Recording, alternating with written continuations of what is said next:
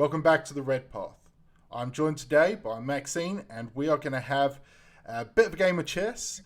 And I'm going to try and survive 20 moves, but we're going to talk some tactics. We're going to apply how the game of chess can advance our game of 40k.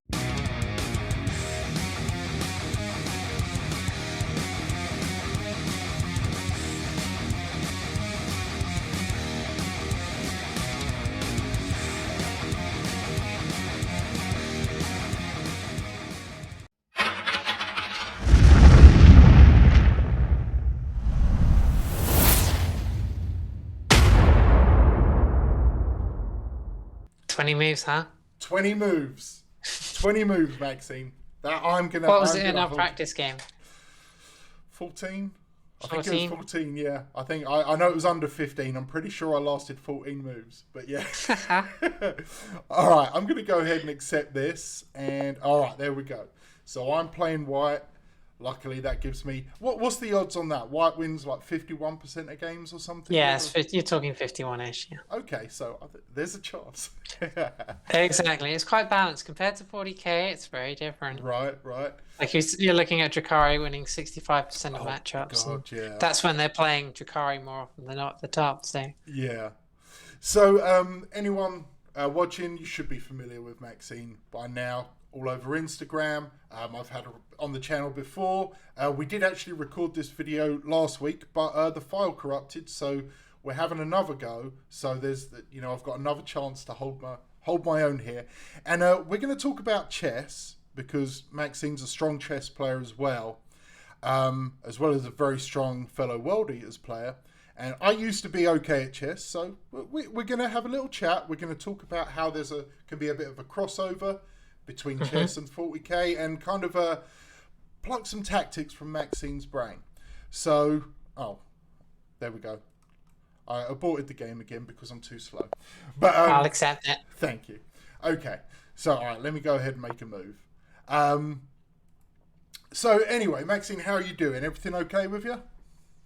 Everything's good. Yeah, I've just come back from my third GT, so pretty tired. Yeah. Absolutely loved the event. Absolutely loved it. Yeah. Slowly getting the feel as to what it's like playing at these sort of events now, because I'm fairly new to the event scene, so Right. it has its own little rhythms, it has its own sort of clockwork, but it's been super exciting to get involved. And that GT that you went to, that was a tough field. That was a tough field for anyone. I mean, it's a strong field. For context, going in there with World Eaters, all I own lists kind of thing, I'd faced nothing pretty much other than 9th edition books with some pretty meta lists. Yeah. Whether that's a really strong Dreadnought heavy Space Wolf army, 27 Sacrosancts in the Sisters list, with Morven Val and Celestine, you've got Orcs, it's in terms of the players there as well. There's some very strong UK players in there. Quite a few of them are in the top 10, top 20. So it's a good place to cut your teeth, kind of thing. Yeah, it's pretty brutal. I know a lot of those sort of recognisable names in there, and some very strong lists. Like I said, just some really interesting stuff. But it's great to see your name. You've picked me for 3rd place in the World Eater standings right now. So, hey, that's all right. That's okay. I like a good fight. So, but okay. So let's dive into the first question we got here. I want to talk about, as we're in our early state of our game here, I want to talk about opening moves, because deployment in 40k, your first movement phase, first turn really altogether, is obviously incredibly critical. A game can almost be won or lost, or in fact can be won or lost in the deployment. 100%. Yeah, it's very big. The most important part of the game, really. What can we learn from kind of chess openings, that kind of the knowledge you have, like someone like yourself who just has this knowledge of like the first dozen moves, say, of a game? What can we apply to 40k in that case, in that sense, to help us improve ourselves? Yeah, well, first of all, to kind of highlight how important deployment is. Like, if you're a slow army, it is so critical to get it right. first time round. Because if you want to get to where you need to on the board, you've got to make sure you put it in the right spot early on. If you know the opposing army is fast and can hit you in turn one, like orcs can, for example, with their truck boys, or like Jakari can get up there, it is very, very critical that you place your supporting pieces in the right spot. In chess, it's very different because obviously we all start in the same place each game, but it's your opening moves that are kind of like your deployment and your sort of your turn one gambit, for example. It's a very good opportunity for you as a player to gauge how your opponent is going to play, because your opponent is the bigger factor than their list. Their list, you can kind of gauge what they can do.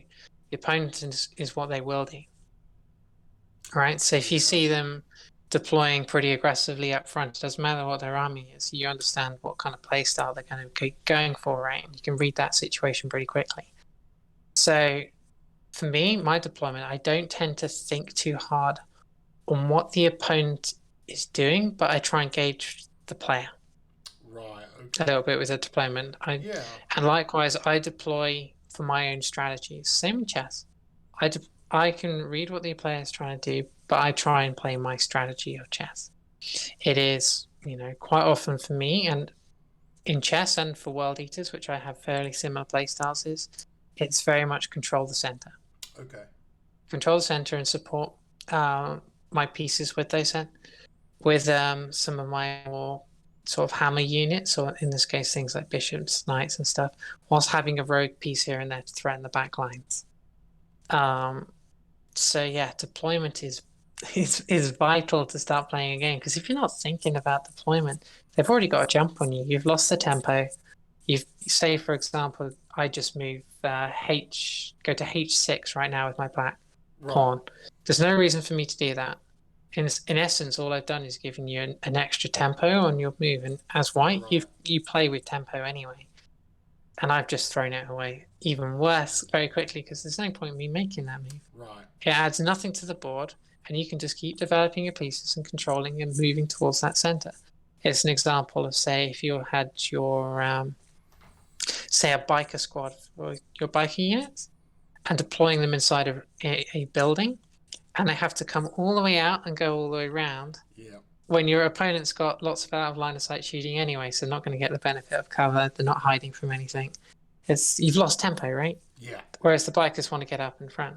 That is a very similar scenario I'd describe it as. I think that last point especially, one of the things I've certainly did struggle and still struggle with somewhat, but certainly less so, is obviously deployment, and is that almost exact point, how to position my units, which I know either want to move out to a firing lane, or they are bikes or raptors, or a fast kind of like more board control or melee center. Your early game users. Yes. You're the ones who want to trade away. Yeah. But it's finding that balance between, okay, I need them to have maneuverability once I can move, but I also don't want them sitting right out in the open to give my opponent an easy firing lane. So sometimes the hardest choice for me, and I'm sure for a lot of people, is making that trade. It's like, okay, if I position here, like for myself, a big deal is my dreadnoughts, my contemptors. I can benefit from, say, this obscuring terrain for about 75% of my opponent's army, but I do leave a little bit, because if I go too much further, then I'm not going to get any shooting off at all turn one, or not have valuable targets at least. And obviously that's a very situational thing. Do you find yourself, when you're positioning and you're kind of seeing what your opponent is, how they're developing their deployment, do you err on the side of caution and buy yourself, like, say, your Hellbrute, for instance, because you run a multi-melter on your Hellbrute, don't you? Yeah, I always deploy defensively. Okay, so you would rather have a bit more survivability and maybe sacrifice some shooting turn one just to ensure you're there for turn two and onwards. Turn one, I'm not going for an alpha strike. Usually, if I get turn one, I'm just putting up some cheap units on the point, making sure that my shooting units can counterpunch whatever they throw out. Right. and I can keep deploying with a low investment trade, for Right. example. Okay. One thing I'm very keen on with my Hellbro is putting it into reserve, particularly with a fast army that can come into my lines very quickly, because there's nothing funnier than them sending in a big squad of, say, Shining Spears, for Right. example, charging into my front lines, and then I can pop a Hellbrook like an inch, just outside of an inch away from it, coming in with like 7 attacks, 3 damage apiece, and they've got like no invuln in combat, and just wiping the squad, whilst also firing a multi-melter at, say, something like one of their Wave 7s. Yeah. I'm very defensive with how I play, and I always find that, particularly with World Eaters, they're a huge counterpunch army. 100%. People keep thinking they're an alpha strike threat. They're really, and I was thinking, yeah, they can do that with the Raptors and the Warp Talon bombs and things like that. But I think you get more points efficiency and more efficiency from your units by lots of very low investment trades, because they can really kill things off points pretty sufficiently. Yeah. And likewise, if they overcommit, you can really dogpile in there. The only thing that's really scary is like fight lasting. Yeah. Because that's a killer. And likewise, the interrupts with our double activations. Yeah. Sometimes it's very difficult to fight 2 Berserker things at the same time. And I'm kind of similar with chess, for example. I'm not a in-your-face aggressive player. I'd rather develop my pieces, control that middle, make sure I'm supporting those middle points. Imagine it as your middle objective in 40k. I continually want to have things supporting those middle pieces. Yeah. Okay. Well, let's move on, because that kind of point you just made there about how World Eaters are a very efficient trading army, which I do agree with, especially on the counter offensive, especially when you allow your opponent develops himself and allows you to, okay, you've just given me a 3-inch charge onto an objective. Appreciate it. These Berserkers are now gonna win me. Yeah, they do this. Don't get me wrong, they're not witches. They're not that point efficient. But they do kill. Yeah. There's not much, and it's very good game for denying. Yes. And there isn't much in the game that your opponent is going to generally throw on an objective that will survive Berserkers. There's going to be some things, obviously. They're unsupported by rerolls or stratagems. They're not going to take out a tank in one activation, but they still do work. And let's drill down a little bit on that trade concept, because everything, like on our chess table here, your pawns are a point, knights and bishops are 3, your queen is 10. Yeah. Everything has an intrinsic value, and it is occasionally situational, but we can look at it top down and see fairly balanced at the moment. It's a pretty even game, because we're only 3 moves in at this point. But the concept of trading up or trading down in points wise, sometimes it adds a new aspect. It adds another element, and just moving on from that, the concept of trading well with World Eaters, what can we apply from chess specifically to 40k? How do we get that in our head? How do we look at the table and say, okay, my 90-point squad of Berserkers, and they've only got like a 50-point squad of Guardsmen on that objective, but if I move there, I'm going to get shot off. But sometimes it's still the right call, right? Yeah. Well, that's the thing with strategy in general. It's all about trading and using your assets to get rid of your opponent's assets in the most efficient manner possible. Very few, say, necessarily have the sheer manpower that, say, Russia in World War II, for example, had. Right, for example, right. That's a great example of where trading is very different, right? Yeah. But you're right. Positional play and trading for position is a very big part of how we play. Because likewise, as we were discussing with World Eaters, we're not necessarily the most points efficient killing thing. We can be pretty decent, but quite often you have to trade for a positional play. And understanding when and why that is the right case to do it. I think an example in chess is depending on the pawn structure. When you want to trade a knight for a bishop, for example. When Okay. we've got a very open pawn structure, it's very often that you want to be able to use your bishops, for example, much more. So therefore the bishops become more valuable because it can start throwing down different lines, be really aggressive, be very threatening. In a very closed off pawn structure where things are very tight, that the bishops don't really have that many squares they can move and advance and hit on. And whereas the knight is a much more valuable unit there because it can pop over and do things. Imagine a very terrain heavy board. Right. And you've got your infantry raptors, for example, that can go through units. A good example as well is a White Scars Vanguard vets on a terrain heavy board. That is a big threat. Yeah. Whereas their repulsor in the back line on a very terrain heavy board, not a big threat. So where do you want to be training? You'd rather throw in extra points to make sure those Vanguard vets go. Yeah. Because you're reading the table and thinking, that repulsor over there might kill off what I'm shooting now, but it has to work very hard with that repulsor to get that angle, to get that position. And because of the way the terrain layout is, I can still use my other units to get to the right point.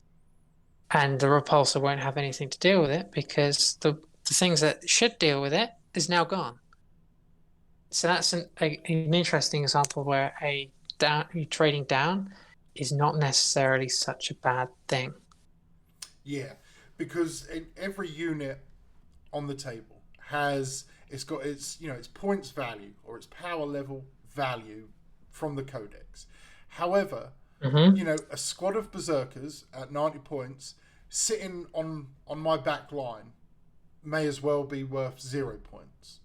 But when they're sitting, on an objective or within a good charge range of the enemy warlord or something like that, then their points become they're worth more than 90 points. Your opponent is okay. This is a huge threat. Not only is it an alpha unit anyway, it's also about to cause a 10-point victory point swing and take my warlord who's providing all these buffs to my tanks or whatever. And how do you what is the first thing you think about when like you said, when you're analyzing the table, whether it's in the deployment phase, when you just walk up to the table and you look at your opponent's army, do you immediately kind of think, okay, so there's the synergies, there's the key units I need to remove given that I'm on a terrain heavy table, for instance? Or do you allow the player to make their moves and their deployment, and then you analyze after that to see what I do both. Doing? Of course you do. I do both. So what I do in my games is I very much see what their units are, what they're going to be, what are their scoring units, right, and what are their killing units. So Death Guard is sort of the ultimate example where they've got killing units, scoring units. Your scoring units is often your Poxwalkers. Your killing units is your Plague Burst Crawlers, for example. Yeah. What are they going to be trying to do to play the game and score more points than me? The next step is when we see the secondaries and the map and the sort of where the terrain's looking, who's net up on points and who's down on points. Right? And it's very easy to see then kind of where you need to be where their biggest threat is. Because if they are up in points, for example, you need to find ways to stop their scoring units. And by and large, that's what you should be doing anyway. If you are down, net up in points, for example, and they're going to have to fight their way up to you, and they've got to kill you off the board to make a proper difference, sometimes then you focus on their killing units. Right? Okay. I like so you've got to kind of have a dual thing there. Likewise, as they play the game, you can start seeing how they're going to score the points, because you've got to read the player as well. That's a super important part of sort of my philosophy of playing, is you can see after they pick their secondaries, after they're deployed, and after they're in the first few turns of moving, how are they planning to work to score these primaries or score these secondaries? If they're going to stay very much in their quarter and not necessarily look to expand out, you have an idea that they're going to pummel you from the back lines kind of thing. They're going to just try and kill you and wipe you off the point. And that's when you want to make sure you do those low efficient trades, for example, and just get yourself some points. Possibly even double stack on points here and there, just so they can't kill you off. So you can go so far ahead on primary that it doesn't matter if they've killed you off. the entire thing, because then all your units have worked to their peak efficiency dying. Yep.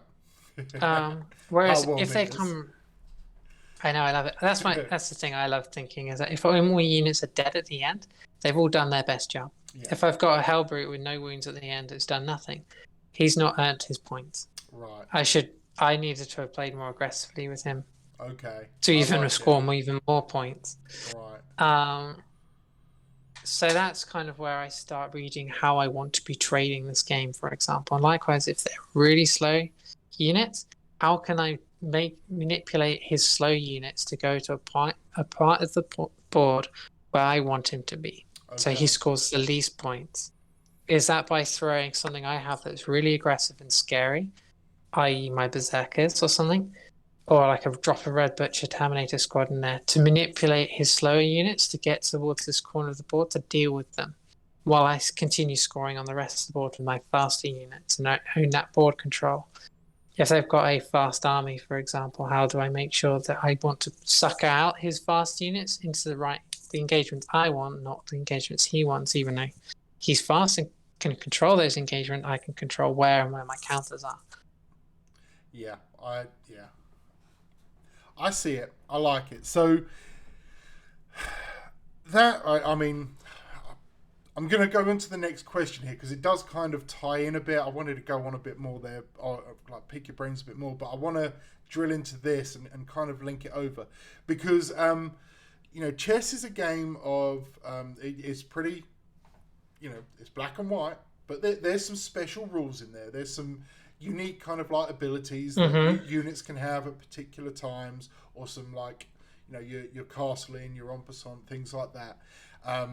You've got special ways to pin your opponent, and there's a lot of external strategies that are developed kind of satellite to the core game of chess. How do you apply this kind of God's eye view, this big picture look, from chess to 40k? Because it kind of goes into what you were just saying about so your opponent's running a fast army that can go anywhere it wants, but you are going to be the one that dictates where they're going to want to go. What are the things you can use from your army, from your expertise, into dictating that, into controlling the game, into controlling the table? Like what are the key things that you can use? Well, that's where, as much speed as you have, you can kind of use that to your advantage, for example, and make sure you use your bigger units, your threatening units, the things that they're scared of, kind of thing, and place them in a position on the board where they are a threat by and large in and around of themselves. Right. And also making sure that you've got something to help deal with whatever they try and deal with that threat, kind of thing. Additionally, you've got the access of deep striking. You've got access to deploying things from reserve. So having the ability to be able to pop things up in places where they may not necessarily want or expect is very useful. Yes, they can screen you, but by them wasting units to screen sometimes is something that you've also got to be thinking of, because then those units are not where they want to be. And that's kind of the theory of controlling the game as well, right? Yeah. So if they're having to, particularly against like custodies, for example, they're slow. By and large, those bikers aren't that efficient right now. Not many people are playing them, so they're very slow. Yeah. How are they going to screen out something like your Red Butchers and your Obliterators, for example? They're going to have to invest in very cost-inefficient units to be able to do that. Yeah. That's one way you can help manipulate a slow army to go in places they do not want to be, whilst actually not really spending your units. Additionally, for example, if you're against a very fast army, for example, you can get an idea based on their deployment. Are they trying to go for your weaker flank, or are they trying to hit your heavier stuff, right?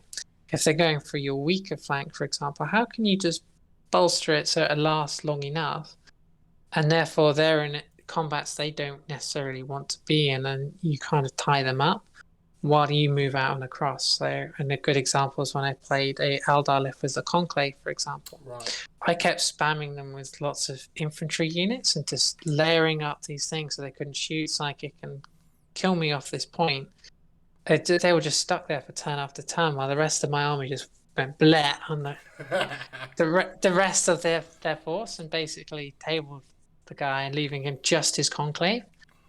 It comes like turn 3, so it's yes, he controlled the engagement, but because I saw where he was going, I was able just to bog it and keep that fast unit there. Therefore, I controlled where he was. Right. I like that. Whilst I was able to get out there. Yeah. That's just so his conclave. That's the like 5 psychers on bikes. Is that what that one is? It was 10 of them, and they've got three up Invarn. They can spit out a special number of smaller wounds. I think it's D6 every time, kind of thing. Right. They go up to 3 up Invarn with some of their psychic buffs, but they're just fast. They're aggressive. They get to redeploy with Eldar as well early on, so they go where they want to. So I found a way of just trying to make sure when he shot my Rhino that was on the point, for example, I deployed my units behind obscuring. So once he psychicked my Rhino off, I then deployed my units inside there behind the obscuring. Right. So he then couldn't shoot me, losing some more efficiency. Then he had to charge that unit, but because I had another screen behind it, for example, he then couldn't get me completely off the point because he then could either pile into it or he just didn't have that extra activation to kill him off the point. So therefore, another turn was wasted where he has to keep that conclave there to deal with that unit. And then I brought some of my counter stuff to kind of again keep him stuck there, for example, just that little bit longer, so I could control where he was with that unit, so I could be more aggressive elsewhere. That's an example of controlling both a very slow army and a very fast army, despite the fact that your army is not doing that much. So that particular play there with the Rhino disembarking, onto the objective, just doubling up. Are there any other things you find specifically with World Eaters? Tactical plays?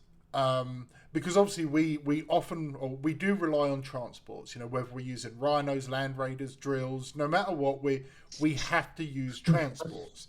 And that's something that, we all know you use your Rhino to eat the Overwatch if you're facing an army that's likely to Overwatch with you. Or you can use it to move block an alley. You can even use it as a piece of obscuring terrain for some of your smaller models. Obscuring, line of sight blocking at least. Are there any other things you can think of, like tactical plays specifically with World Eaters that can also help you control the board, dictate the board, whether it's apoplectic frenzy? I know you've mentioned deep striking a couple of times and the kind of almost psychological threat of that with, a squad of red butchers coming down. What other sort of things have you used or do you consider using? Yeah, well, first of all, the Rhino thing is super useful to have in many reasons because it gives you 3 inches of extra movement. When we're a very slow army, it is absolutely vital, those 3 extra inches of movement, that it just transforms the game. And likewise, when you've got the extra CP when it blows up to disembark 6 inches, you can really hop over your enemy, get on their back point, particularly on games like Overrun, for example, when there's big gaps in the midboard, and they charge a Rhino that's halfway up, and you can literally pop onto their point in their turn, and it can just mess them up. Likewise, if they've advanced onto a point and they shoot your Rhino, you can get a squad out. If you've got a character in there, you can then heroically intervene into stuff and go first. Which I've used into, like, some Zephyrin, for example, advanced on a point, took me off it, because I only had a Rhino on it. They shot my Rhino, going, oh, you've only got Khorne inside. I was like, okay, yeah. And then Khorne got out, heroically intervened into the Zephyrin, and because of how the ordering works, I went first. Khorne just wiped the floor with him, and then my turn, I could get into whatever he had back in his lines. So it's Rhinos are very multifaceted in how it can give you the extra movement. Another thing that I think, there are 2 things I try and use to help is that additional movement or tricks that you're talking about. Number 1 is I like Icon of Wrath on some of my key units that I really want to get in. My Red Butcher Terminators, for example, I'm always bringing Icon of Wrath because quite often they're my deep strike threat. When they come in, I need them to really try and get those 42 or 62% chance, depending on if it's 8 or 9 inches. If it's 8 inches, this is the other point. It's my Demon Prince is one who's going to be flapping about and stuff. I give him the +1 advance and charge. Right. To all things nearby, and he can advance and charge himself. Right, of course, yeah. So this is a very fast unit that I can put into different parts of the board and basically make sure that when I deep strike, I can get near this guy and he can charge, and they get that +1 8-inch charge, and then my Demon Prince can either follow it up or charge into a different direction, for example. Right. Just because he's got that extra range and +1 as himself. For example, when I was playing Grey Knights at the GT, I was able to move my Demon Prince in within that same aura, get the +1 to my Red Butchers, for example, and on their Grandmaster Dread Knight, I had my Red Butchers with an 8-inch charge, my Demon Prince with a 6-inch charge, and those Red Butchers had a rerollable charge. I had a CP reroll if I needed it on the Demon Prince. Okay. And likewise, I always make sure my Berserkers get in. It failed. I still almost won. Yeah. But if I did make that chance, I guaranteed one. Right, okay. At that moment in the game. So I want to make sure that I can reduce my odds of failure to a minimum. And Icon of Wrath does that. It gives me those rerolls when I need it. Yeah.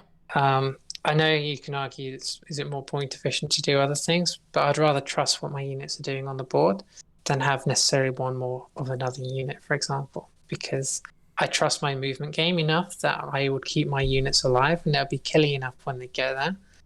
I just need to make sure they get there. Yeah, I 100% agree. I use a different tactic for my Berserkers, but there was a game I played on TTS a few weeks ago, and it was versus Necrons, and I got my Berserkers into a position for a 3-inch charge through cover. So it was into, I believe, a squad of 10 Immortals.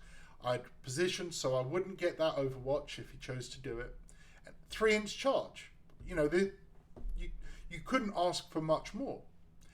However, I failed it. Yeah. I rolled double ones, and I didn't have an icon on them. Which happens. Yeah, it happens. I didn't have an icon, but I did have a CP, which I was saving. CP reroll. Yeah, I was saving it, I think I needed the 6-inch consolidate that turn after I'd killed the Immortals to move on to an objective or something. But Great strat, yeah. One CP, okay. I guess I'll re-roll it. At least I'll get the combat, and then I can use the double activation to get where I need to be. It's fine. So I re-roll it with my last CP, and I roll a double one again. And are you kidding me? At this point, really, the odds of that are just horrific. It's just... But yeah, I've seen people, by the way, command point reroll a save in Overwatch, and then fail the 3-inch charge, and then couldn't CP reroll it because they'd already used the CP. Yeah. Oh, that's... which is heartbreaking. Yeah. I hate the CP reroll as a strat. I mean, it can be clutch, but I really liked like Winters and Morehammer DZTV. A few years ago, they did, I believe it was a narrative campaign, and Winters straight up banned the CP reroll strat. It's like no one in this campaign could use this strat, and I really enjoyed that because it does feel like one of those things where it can drastically alter the state of a game, I think. But everyone's got access to it, I guess. But are there any other things, any other concepts, lessons we can learn from chess that can... I'm starting to... I'm going to sidestep here. So I did quite a bit of research for this game. And I'm now kind of losing where I should be going. So now you're going to see the true Jamie. That's it. Like, at this moment in time, you're playing Pinch Perfect. I'm just like, you got me on evens here, I think. So far, but now I can only remember so many moves ahead, and like from just looking branching paths. Yeah, exactly, yeah. And now I think I've got Now maybe you're one. living on your noggin. Yes, and that's not good. We don't want that. So, but I might make the 20 moves. But yeah. So, are there any other lessons we can learn, we can take away from chess that you would apply, you would recommend applying? You know, whether it's training techniques, you know, studying games, studying opening, typical openings and stuff. What else can we apply to 40k to improve our game? Oh, that's a very good point. So chess, you've mentioned this already. Like, there's lots of ways to practice getting good at chess. For your example there is you learn move patterns Yeah. and potential branching paths, for example. That's something virtually every chess player knows, for example, but sometimes you do have to rely on a bit of strategic analysis as the game gets deep, for example. Yeah. So 40k is very similar, right? You can read books about how to play chess. You can watch bat reps to see how different games go and different matchups go. For example, you want to see what a London system does into the Sicilian defense, for example. You can watch games that show that. And a very good example back to 40k is if you want to see how Custodes plays into World Eaters, you can find games out there that show you those kind of matchups. Yeah. So there are lots of ways you can sort of revise for playing games by reading these like strategic articles that are out there, like say by Goonhammer, for example, watching the battle reports that are competitive, like say from Art of War or Titans or Tactics, for example. You can really do these kind of things. Chess is been around a lot longer, and likewise the meta for chess changes in 20 years, 10 years, rather than the meta in 40k, which can change in a few months, for example. Right. It's so obviously it's harder to keep up in 40k necessarily than it is in chess to be able to understand where you think the best move is, for example. Oh, right. What have you done here? You've pressed up your pawn, right? Interesting. Yeah. I'm pretty sure this is a move. I'm hoping it is. I remember there was a pawn move at roughly this stage that I didn't understand at all until I saw what happened after. The thing is, I can't remember what happens next. So if this was the move, it's now you're playing me. You're not playing my memory. You're not playing the wisdom of the greats that I've managed to try and hold on to. Now it's Jamie time. But yeah, I think I definitely agree that using other, much like this conversation right now, trying to get as much information from you, from your insight, from your expertise, using other resources, other channels, reading articles, on like you said, mentioned Goonhammer there. These are all great ways to kind of up our game, different aspects of our game. I don't think nothing's going to beat playing the game, right? Yeah. But your reps is important. Yes. But there does sometimes, I've certainly found with myself, there does come a point when you're playing games, you can sometimes, if you're playing the same three opponents or the same three armies a lot, you learn their tricks, you learn the way they play. At some point, it's not as beneficial to keep playing. It's muscle memory. Yeah. You're just doing the same things. And then, if I play three buddies from around here for the next year, and then, you and I have a game, I may have been able to crush them for a year, and then I've got no experience against your technique, your particular play style. So in that case, watching your even if the same army. Yeah, exactly. But, in that case, I would, if I'm a thinking person, I would, okay, so there's several bat reps of Maxine available on Instagram. Let me go study. Let me see what she does. How's her deployment? What units is she being aggressive with? Even if it's not you and I that's going to play, I can still learn other ways to play, to develop myself, to then kind of go through that game in my head. How would I counterplay this? Well, then, then Maxine would do this, and it's like Queen's Gambit, right? Where she's laying in bed and the chess game's going on the ceiling, and it's like brain. can't quite do that. But I think there's a lot of extra things we can do as 40k players to supplement our gameplay, our potential on the field. What else? Okay, all right. Well, tell you what. Tell me what you're seeing on the board right now. What? Mm-hmm. Because, like I said, the game so far has been me using the moves of other players. Honestly, I mean, that's what it is. It's just I studied as much as I could and was like, okay, so I need to get into this board state. What were you thinking as I'm making those moves? Like, how are you analysing this game that we're playing right now? Brutally honest, I was waiting for you to make a mistake like last time. Okay. Because last time you made a pretty early error, which meant I could just ram it home onto you. This time around, you very much used your pieces to help push out quite well. Right. As you can see now, that the extra pawn push, you started to really control the center quite well. Yeah. You've got your knight up in a fairly aggressive position. You've protected that knight as well from my queen move as well. I was quite happy with the early trade regarding the knight and the bishop. Okay. What that allowed me to do is open up the d file with my queen. Yeah. Yeah. And the way you kind of help push that one a little bit down is when you moved your knight up again onto the e5, and then I attacked it with my queen. It developed my queen at the same time, which is quite nice.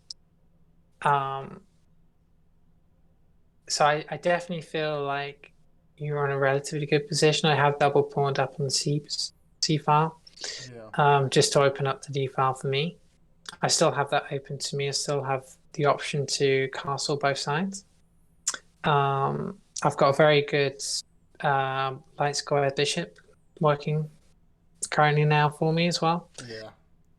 So I've got a good threat potentially to some of your units. I'm not trying to give away too much here because some of my brain play here was involving big brain. I don't have access to that, unfortunately, but yeah.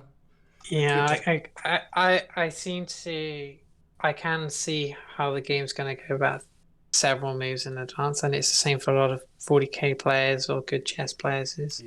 You just look at a game and you can read A, the person, and B, when you have an action, it has a consequence, and you can just see what that consequence leads into again and again and again and again and again. And it's beneficial in strategy games. I have it a lot in my private life as well. Like Katie can vouch, like I'm one of the most annoying people to live with, just because I go, why have you done that way? And she's, that's because it's it's just how I did it. I got the job done. It's like, but if you did it this way, you could have done it faster, but at the same time I could have done this, which meant I could do this and this. And at the same time I know that later on today I'm going to need it in this position, so why not move it there now and kill two birds with one stone? Sometimes you don't think of that, whereas my brain just naturally goes that way. So there is one exploit here. There's one exploit, okay? Because you're it just occurred to me, it's brilliant. It's hilarious. It's awful, but it's brilliant. So you're looking at this game, and I'm matching you reasonably well up until this point. So you're thinking, you've probably seen the 10 best moves I could do at this point, and then you've counted them, and then however many moves ahead you can go. The thing is, it's the pocket sand. What if I just do something completely random? Like, I just move my king to f2. Like, it could be genius, but it would also like a6 last time. Yeah, you moved your pawn onto a6. I had a reason for that one, but it was a bad reason. But I did. Yeah. But it's like it just was it in the Matrix or something? I can't remember. It's like you just introduce that completely random element, and it just chaos. Yeah, I could just do it. Proper chaos. But no, so I've been sitting here thinking, all right, so the obvious move for someone of my level, which isn't that high, is to take the bishop with pawn d2, right? That's the obvious move. But it also therefore makes me think, well, it's obviously a trap. But then I'm thinking, if I don't want to pull b2 over there, like that to me makes no sense. That means you can't castle that side any way, shape, or form. You ruin that. Cool. And opening up my queen here, pretty good. Like gives right now over on g4 is kind of a weak spot for me because your bishop can come out there. I don't really want that happening because you've got your knight protecting. So if I can give my queen just one more avenue of escape, even if it's 1 or 2 squares, I'm going to do it. I'm just going to do it. I'm going to see what happens. Yeah, I've done it. It's done. You can't stop me. It's too late now. You can't go back. I can't. But yeah, so I'm interested to see how, because it does feel like that was, you wanted me to do that. I'm guessing. I don't know. Where do you think I'm going to go now? Just out of curiosity. Okay, so originally you've had to think in advance, right? Yeah, and I need a nap. You don't know what I'm going to do now. So what were you thinking? So you've made a move having no idea what I'm going to do? Okay, so the move was I don't want that bishop, your bishop, having free reign. I didn't want you being able to easily get your queen's bishop onto g4.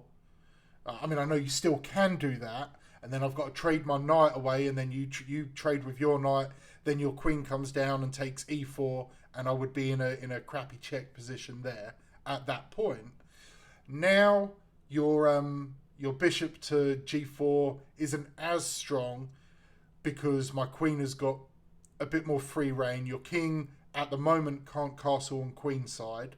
I know you can fix that, but I'm thinking getting your bishop coming out gave you that defensive posture, which would also centralize your queen's rook, and with this big avenue open in the middle, or very soon to be open if I didn't take the bishop, I don't want you having an easy rook. Okay. Right. That's my move. Yeah. Okay, that's fine. Essentially, what we've done is created a very similar board, except my queen is not on the d file. Yeah. I prefer your position, but as blacks, considering how the early game went and how you played it, I'll take this position right now. Yeah. It doesn't leave me an awful lot to do that is... What I've done here is something you can do in 40k is you can leave your opponent with as many tough decisions as possible and leave your opponent thinking, because what they can do is potentially know what they want to do at the start, and as the game breaks down, they have to face more and more harder decisions, and eventually they make mistakes. So the more you pressure your opponent, it doesn't matter if they've always got mate in 10, for example, but if you keep pressuring your opponent, sometimes you can enforce the errors, right? That's a tennis phrase, right? So what I'm doing here now is I've stretched your knowledge of this opening, for example, and you still not really gained that opening you were looking for. Yeah. So I'm making you now we're in a very neutral board state where there's very few developed pieces, and arguably my queen is more developed than your queen. Oh yeah. It's attacking more squares than yours. Mm-hmm. It's attacking different angles, so you can go to do different things. It is you now are in a position where you've got to develop pieces from scratch. It's now you've got to have a new opening. That's a new tough decision for you to make, for example. Yeah. And I feel in a position where I can keep answering the tougher decisions that you're giving me, which you've given me quite a few tough decisions, to be fair. I was impressed. Compared to the first game, people watching, this is a considerable step up in standard. It shows what a small amount of research, or not an entirely small amount of research, can do. So yeah, that's definitely a takeaway for everyone. Definitely do your research. It can make it. you know what? It gives your opponent a better game, if nothing else, even if you still lose. I'm appreciating this. I like stretching my old brain box. It's always a good thing. And I do think there is certainly a lot of there really are a lot of comparisons. It's not direct comparisons, obviously, because I can't remember the number. I'm sure how many branching paths, how many moves are there, or end game states are there available in chess? It's like quite a lot, right? More than grains of sand in the Sahara. There we go. Yeah, an awful. It's amount. a ton. Yeah, It's a ton. and then if we look at 40k, it's More. Yeah, almost infinitely more considering the amount of variables. It's just Well, you've got different armies, for example. Instead of playing black and white, you've got black, white, green, yellow, pink, blue. red. You're not playing. You're not playing on these 1 inch by 1 inch squares kind of thing. You're playing on half an inch, quarter of an inch, up and down. Yeah, It's no game of 40k can ever be the same, and dice also play a part of that. yeah, But one thing 40k does have is math behind things. You know the odds of yeah, success when you are going to make a move, for example. You know how far your opponents can move. As much as there is randomness, there is also a much greater ability to be able to control that randomness kind of thing. yeah, In chess, and in chess, as much as there are also significantly lots of branching paths, and it makes it very difficult for someone to learn all the moves, because you've now learned, say, just to get to this position of 8 moves, for example, the number of branching paths you must learn for this is probably in the thousands. yeah, To actually understand how you want to go from potentially starting on, e4, very common move, but the way to go out from e4 gets very complicated come turn 9. It's more so obviously in 40k. So you have to, in 40k, rely a lot more on your own strategic nous. For example, it's a bit more similar to playing, commanding a general in the actual field of combat. There are no,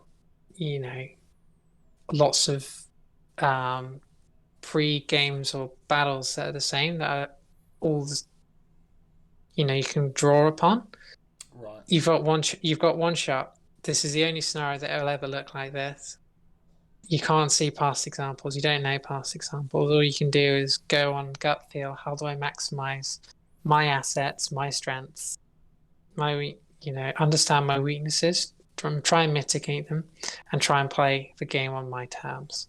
Yeah. And strategy in 40k and in chess is not just about learning moves. Exactly.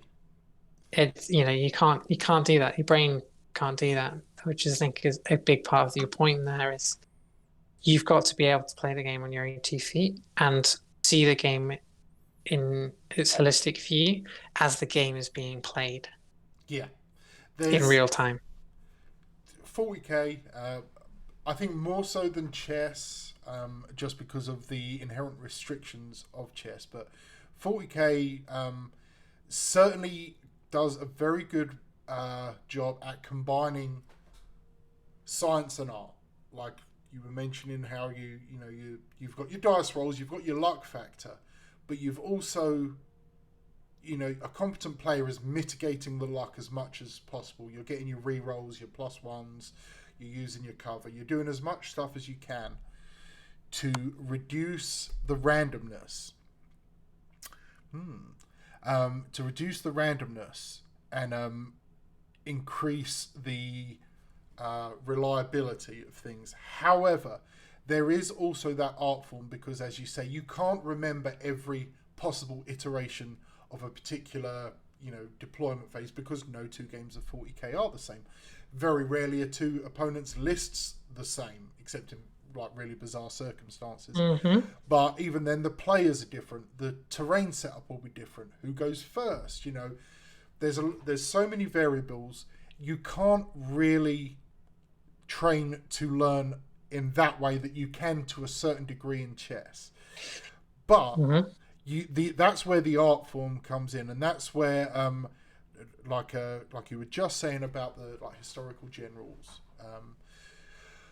Any competent general who would win more battles than they lost would have a kind of that gut feeling, that intrinsic understanding of how to apply their the positive aspects of their army to capitalize on the weaknesses of their opponent's army, no matter how that be, whether that's using terrain like a Waterloo with Wellesley having the infantry lie down to, okay, so Napoleon had a whole bunch of artillery. Well, it's not doing much good if the infantry's laying down behind a hill, because cannonballs, they're not can't go over the apex. Yeah, exactly.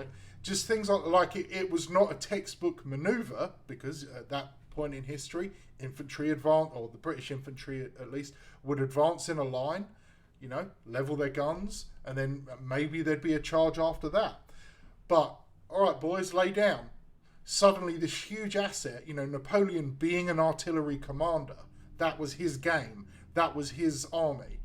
Suddenly, a huge amount of his strength is now reduced, which then gives an advantage to in this means he has to come out and play. Yep. On the British terms, which is walk out in a line and give things a bop. And another good example is Julius Caesar, right? Man for man, his men were better trained, harder working, but often he didn't bring the manpower over his opponents, for example. Right. But what he used was that extra hard work ethic. He built trenches, manipulated the terrain to make sure that they fought on a very narrow flank, so he couldn't be outflanked. Yes. So he knew man for man, he can just pummel forwards. Yeah. That is something, you've got to do, is just play to your strengths. And as World Eaters, for example, that is melee. Yes. And bringing out a force and either making sure you get to them and use what movement you can to get there, or bring them into fight on your terms. Yeah. You always want that first one charge, because that's where our bonuses come from, right? Mm-hmm. So being able to get that jump is very important. You're thinking very heavily on this move. Oh, this is horrible. Like, there's two obvious moves here, and then, there's a couple of other moves which certainly don't feel obvious. I've got G3 or Castling. And I can't see far enough ahead. Like G3, like, you're strong on the white diagonals at the moment. Oh, okay. I'm going to look at this, but I'm going to think. So, like, as you were talking about Caesar there, and then leading into World Eaters as a melee army, and then building on the factors we discussed earlier, the counter-offensive army. And using terrain, using the battlefield to your advantage, and just immediately as you were talking there, it's not Caesar, but it was Roman legions. It's against Boudica in Britain, Watling Street.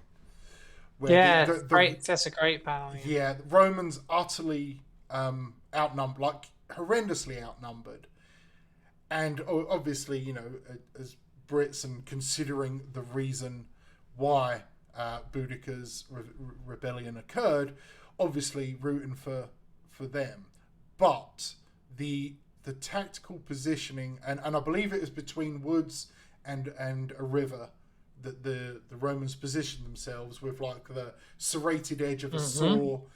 And waves and thousands of the Celts would charge, and just doesn't matter, outnumbered them 10-1 by just standing in a particular way, using the battlefield in a particular way, utterly or pretty much annihilated the Britons. It meant those numbers didn't matter. Exactly. It was, here is my weakness, which I don't care about. I will turn it into a strength. I don't need to stab you if you're going to run onto my knife. Yeah. I can literally... An interesting scenario for that one in 40k is thinking Dark Angels and the strat line unbreakable. Right. That's making, and if you maneuver your units into such a way that a horde army can't get all those pack round, you can't get all the way through, you can then just go line unbreakable. I can make sure that only a certain number of your guys can attack. You lose all of your efficiency. Yeah. And you're in trouble. Yeah. All right, you're running out of time, Jamie. I Just know. so you. All right, here we go. Speed chess time. Here we go. So I'm just going for that Mhm. one. Going for that one. Let's see how long it takes you now. I feel like the House of Cards is going to start to crumble here. Um, Mm. but yeah, so like at this point we're in, we're firmly in the. Technically, we're in the mid game. It's just a matter of time here before we're in the end game, if not one or two moves, quite frankly. It's too quick. So obviously, Yeah, well, I want to move tough my knight. decisions and trying to push you in tough Well, positions. yeah, you're giving me your queen here. Well, we're trading. Let's see. Because at the moment, this knight is threatening both your queen Yeah, but and your rook. yeah. So I pull. You take that. What am I going to take? Well, all right. So I pull my knight to f3. Check. You take my queen with your knight. I take your queen with my knight. Then you take my bishop. So you've traded up, by a bishop at that point. So how are you saving your queen, sorry? Oh, well, all right, here, let's just do it. So, check. Cool. Cool. Give me a sec. Wait, what? You didn't see that one coming? No, I saw it Oh, coming. okay. Oh. I'm just playing the next stage. Plus, I'm a little sleepy. Give me a second. Fair enough. Fair enough. Drink some water.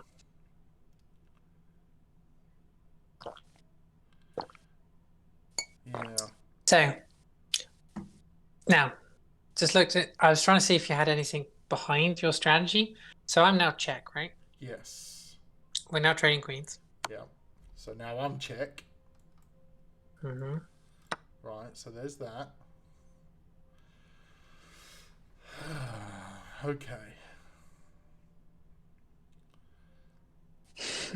Yeah. See here, I see it downhill for me presumably from this point on. Mind you, I suppose the rook's there, so it's not a trade. But your bishop is in a much better position than mine at the moment. Okay, all right. So what we got going on here? So This is one of those games where it's an open board, right? Yeah. So mine, as I described earlier, this is where my bishop is way more important than your knight. Oh yeah, absolutely. And that's why I threw my knight into your bishop. Yeah. Is just because it does have that much more value to run around this board, right? And I think that's the example when we discuss white scars with the Vanguard vets, for example, and the repulsor. Yeah. Exact same scenario, scenario here, right? As I just made sure that I got rid of that sort of unit to get rid of your faster units whilst keeping mine going. So I'm still running around with my Raptors and Warp Talons while your repulsor is kind of stuck with this terrain everywhere. Yeah. This is also because I'm not sure when I edit this if I'll have the space for the times here, but Maxine's still got 35 minutes on the clock. I'm down to 15. She can really just sit there and plan out. I have to really kind of start making snap decisions, which is also a tactic I have considered for playing against when I inevitably have to play against an AdMech army who has a horrendous amount of bookkeeping to do. So it's like it is one of those things that's on the verge of you're playing outside the intent of the game. However, it's my strong opinion that AdMech themselves as an army are playing outside the intent of the game with the absolutely ludicrous amounts of shenanigans they can pull. But I think it's too much. It's too much in one book. It is.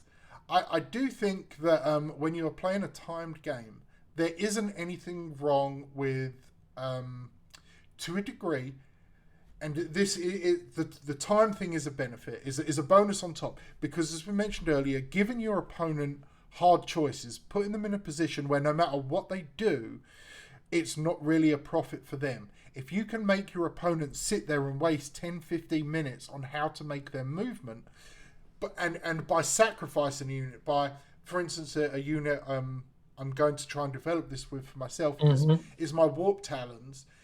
Play for time. Yeah. And you're making them make tough decisions, right? Yeah. If you keep making them make tough decisions, put them under pressure, whether they're feeling clock pressure, whether they're feeling board pressure, whether they're feeling... It's psychological. It's psychological. You've got to play the player. Yeah. And if you keep putting them in tough positions, it doesn't matter if they've got mate in 10. They may not see it. Right. You keep pushing them in tough positions, eventually they will make a arrow or open a gap, and it's how you drive your wedge through it. Yeah. That then matters, and you've got to try and capitalize when that happens. At the moment, I'm now seeing my gaps. And the board is beginning to open up a little bit more in my favor. Yeah, there's I don't have any great moves to make, or great moves. I don't have much to do that is particularly aggressive at the moment because of the lack of development of my pieces. My lacking a bishop, I don't have strength on the diagonals. I've got the knight, but at the moment the knight doesn't have a great move. But for anyone watching, obviously this square F5 is protected by the bishop. I can't go up to G7, G6 because of the pawn and king, and I could skewer myself here. I could just move my rook onto D1, which I'm guessing is kind of what Maxine's trying to lure me into here, but I'm not going to do it. Well, what I've done is I moved my king just so I can help bring both of my rooks onto the better files. My bishop can get out. I can develop all my pieces very quickly now and put them in really attacking positions. Your rook on F3 is not necessarily going to impact the game too much where it is now. Your knight, as we said, it's just because of how the board's playing out, is playing a very small part in this game because it just cannot attack squares that easily, and because it's on a H file, it's limited its number of squares it can go on by half.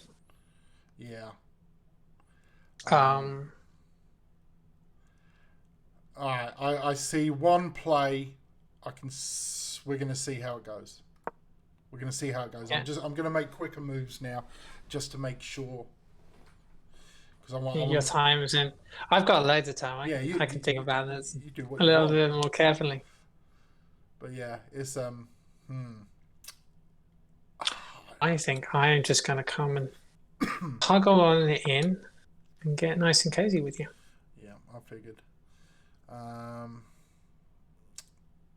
That's not a trade I want to make at this point. You'll just go with that's okay. Okay, yeah. Right. Okay. Yeah, that's one of those moves where you're like, what? I don't understand that.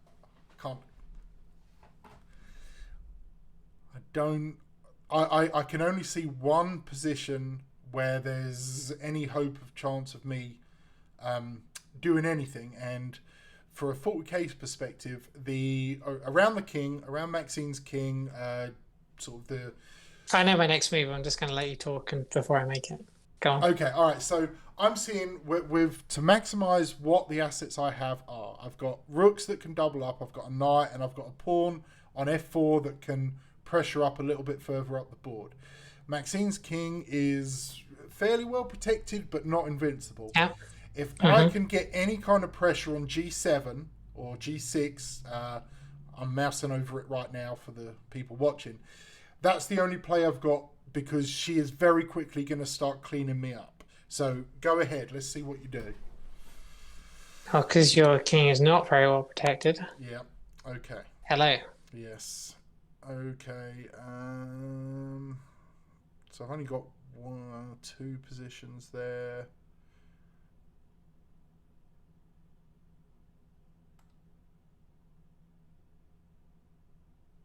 Protect the pawn. Yep, okay. Protect the So you're just pawn. going to retreat and... Yes. Tactical withdrawal. Mm-hmm. Okay. So, why don't you explain kind of where you're thinking now? Well, now I'm just trying to connect. How many moves are we in?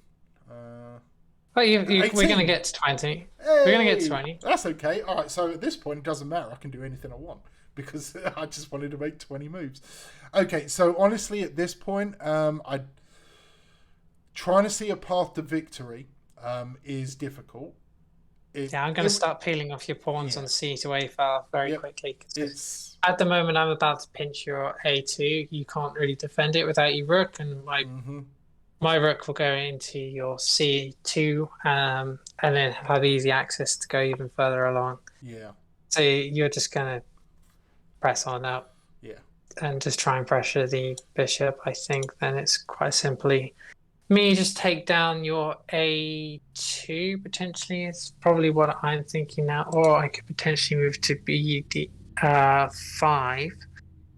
Okay. Yeah. And really try and nail it. Yeah. I think I'm just going to go for the nail option. Okay. Yep. Because then rook takes H2. Nothing I can do about that yet.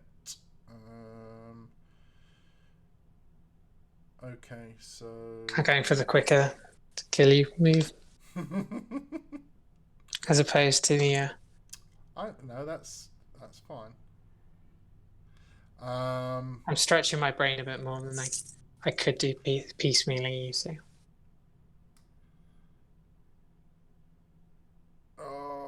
Yeah, we're just doing it. You're swinging up the knight. Yep. I mean, quite frankly, you can just completely ignore it at this point. But I am. I know. I'm just trying to. It's like throwing little distractions around. Okay, all right, fine. I'll take it. Yeah. Do we force your king back? But I don't have the protection now. The moves available to me. And then for people who are watching now, my king is relatively safe. I've got, consider this my warlord, or one of my to the last at the end of the game. I've got a big screen around it. My hive guard, for example. I've got a big screen around it. I've got some threatening units pressuring up the board.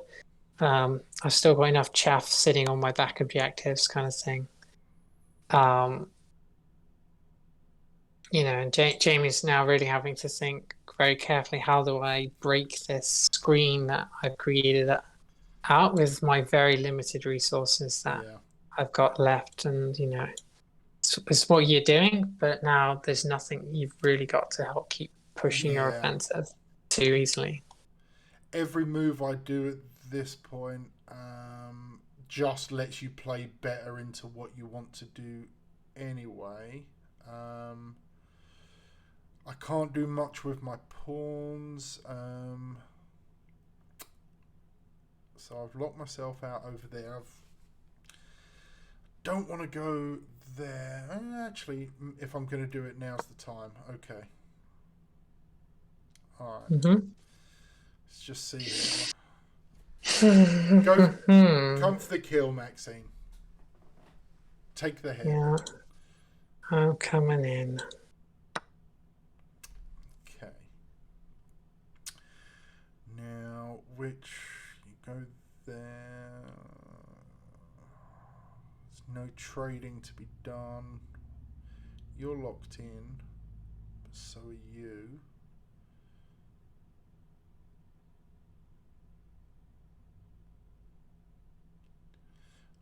Bring you I mean, you've got very few units to really work with now. You've only really got that one rook to actually start pressuring any part of what I've got on the board. Which just means when I've now got more assets that are free and mobile, that are not necessarily needing to protect anything, just gives me that extra freedom. And likewise, what I'm just doing here now is just, again, making sure you can't do anything to attacking or threatening, while still giving myself more ability to come out and play, kind of thing. Yeah, we're going for how many moves I can survive here. Something wrong with that as a play? Yep. It's playing for Yeah, points. Trying not mine's, I just kind of double up my rooks in here and really push down. Okay, here we go. So,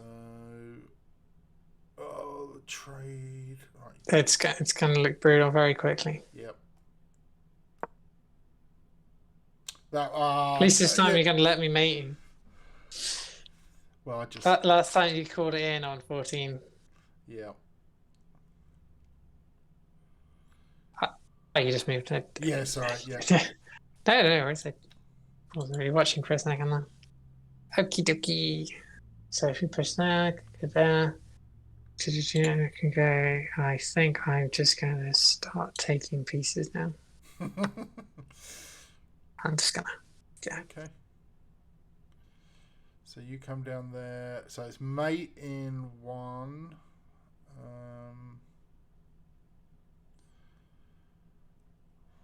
Then I've got to move my king there. Oh, no, because your bishop's there as well. I take the bishop as mate.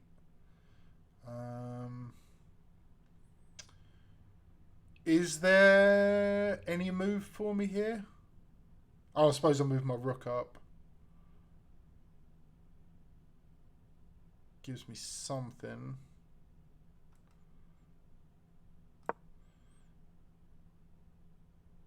Oh, to be fair, you're playing the defense. Pretty admirably, to be fair. I'm trying. And this is what you can do, like in a tournament game, right? When you're playing 40k, is you know you've lost, but you can still play for points, right? You can still play for pride. You can still there's still a lot to play for in an event tournament style game. And even if you're playing a narrative game at home, for example, there's no fun calling it after turn 2, for example. Right. You can really often you play your best chess or plus 40k when you're really down and you've only got so much working for you, right? That's when you have to be more I think careful about your moves. You've got to you just play your best chess, your best 40k, right? Yeah. Things narrow down, things focus. You can really learn a lot more about your game and what you can do. I can't see any. So here's what we're doing. We're doing here. We're just going to make you work a tiny bit harder by trading 2 rooks for a bishop. Oh no, we're not trading both. But there's the check. Actually, that does create a problem for you. All right, completely unexpected, but I will completely claim ownership of that. Okay, so still can't go there. Damn it! You're supposed to take away your bishop. I could just move up one and not lose any of my assets. I know. So we go. All I've done, all that's happened is not really changed the game state at all. Yeah. I've just put you in the same decision-making process, right? And now you've got even less assets to start moving around. So it's, you can do that when you're up in a game of 40k, right? You can start really trying to make sure you maximize to that 400. Yeah. Or things like that. Oh, here we go. So, can't do that.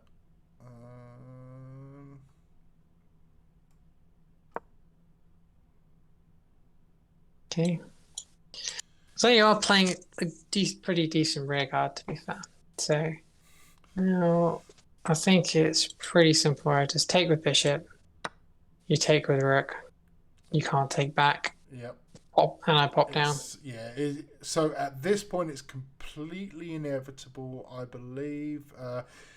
With the 2 rooks, and I'm on my back rank. Yeah, you can take e2 with your rook. Yeah. I'd then take it with my rook. You then could not do anything to come back from it. Yep. It's just playing. So yeah, I'm stuck here now. Like, okay, I can go here. I just need to.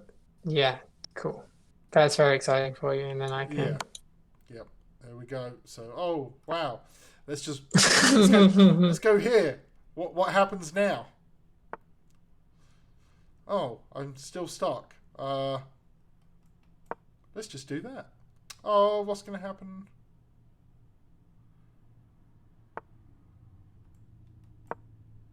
Bought myself an extra couple of moves. I know. I'm just going to hoover up your things because it's funny. Don't toy with your prey. Come on. All right. Come on then.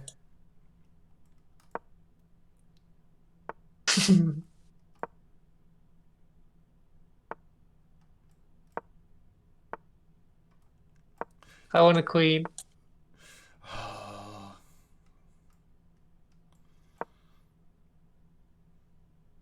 Go on. There we go.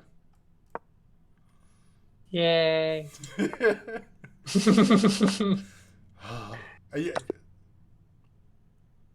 There you go. What? You're welcome. How did because I put you in a position where you can't go anywhere yourself. God damn. You're welcome. Well, I appreciate the dignified death there. That was just a quick decapitation. But yeah. Okay, you know what? I'm happy with myself for the... No, you played really well. You played really well. What did we get? Where's the move count here? That's not 45 moves, is it? No. Can't see. Looking for the move count. Oh, no. Yeah, mine's hitting it over by telling me that I made the blunder at the end. I know I made the blunder at the end. It was an intentional blunder. I don't know. Oh, I can see.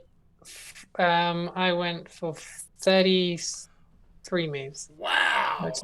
I will take that. That is 100% a victory for me. Sorry. And you technically drew. Technically, yeah.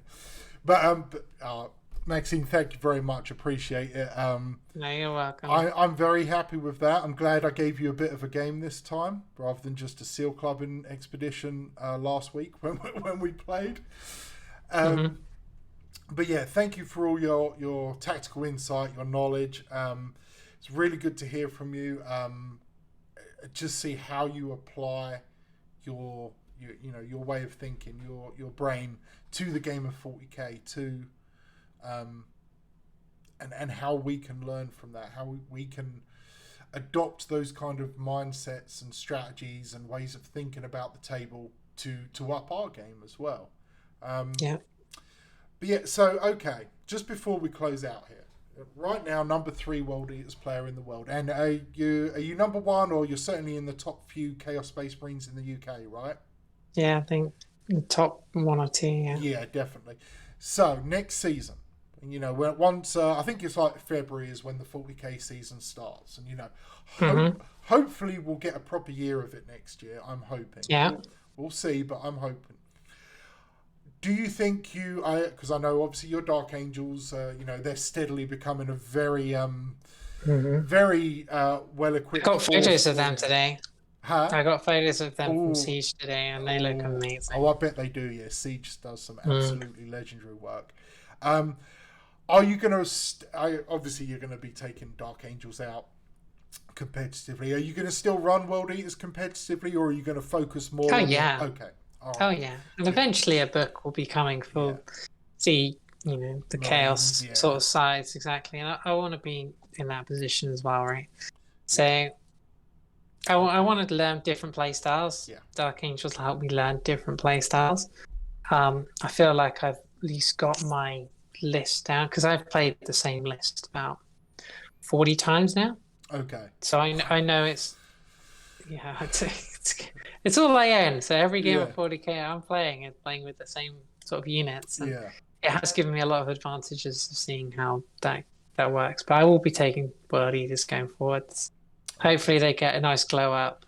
They've got at the very least, I want to be playing 4 games with them just so I can get 4 events with them just so I can get on the rankings. Yeah. And I'll see how I gel with Dark Angels because I want to be challenging for the higher tables just to show that women can kind of be there. 100%. It's nice because I was actually scrolling through the top players in the world the other day. I didn't see a single female name above me. Really? not a single one. And I've only played 3 events. Yeah.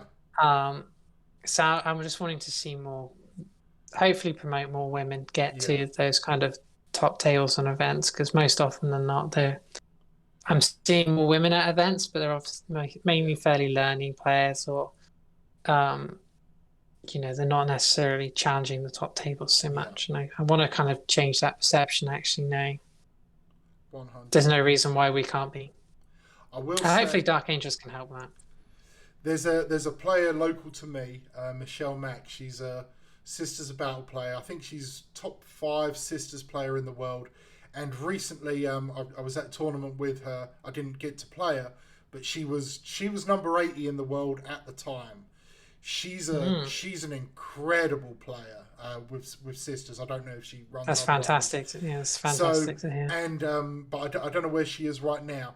But you're completely right. There just aren't many women ranking high, and I certainly think that's likely due to, obviously there's a far fewer women playing competitive events. Yes, at events, absolutely. And we definitely need to make sure for men watching this, we need to make sure we're providing welcoming environments at tournaments. I know obviously the events you've been going to, the Factorum GTs, and there's been a couple other women playing there, right?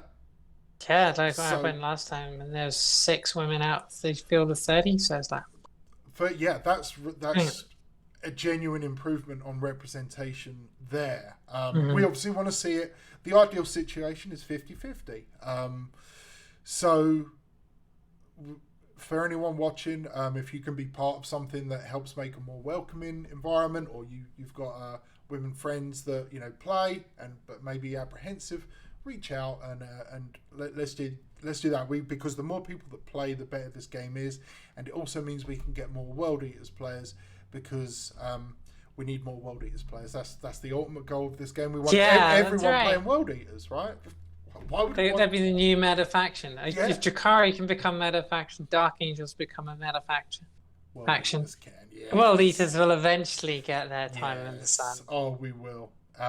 And I'm looking forward to that, because seeing players like yourself, lots of other people we've had on the channel, and in the community, it seems like we're a pretty decent bunch. We're not a bad bunch of people as far as some 40k players go. So it's always good to see the never a salty people. World Eaters player. We always love picking up our own models. Yeah, hey, I got to roll 41 attacks in the fight phase. I don't care. You beat me 90-10, whatever. My berserkers made a charge. I'm happy. I could go home. Exactly. Yeah. Exactly. You killed 5 of my berserkers in Overwatch, but here's all my dice for my last 3. Oh, I love it. Okay, I'm going to wrap this up there. Maxine, thank you again for coming on and hanging out and beating me again. You drew. Okay, right. Well, we drew. I'll take it. But there you go. But yeah, thank you very much for being here. Everyone at home, check out Maxine on Instagram. I'll have a link to her right below. But my God, you're probably here because you already follow her on Instagram. You're not here because of me. But make sure you check her out. Loads of great insight on Instagram, goes over her battles from tournaments, looks at different units, loads of really good stuff, lots of knowledge can be gained there. So yeah, everyone, thanks for being here, thanks for watching, stay healthy, stay safe, and kill main bird.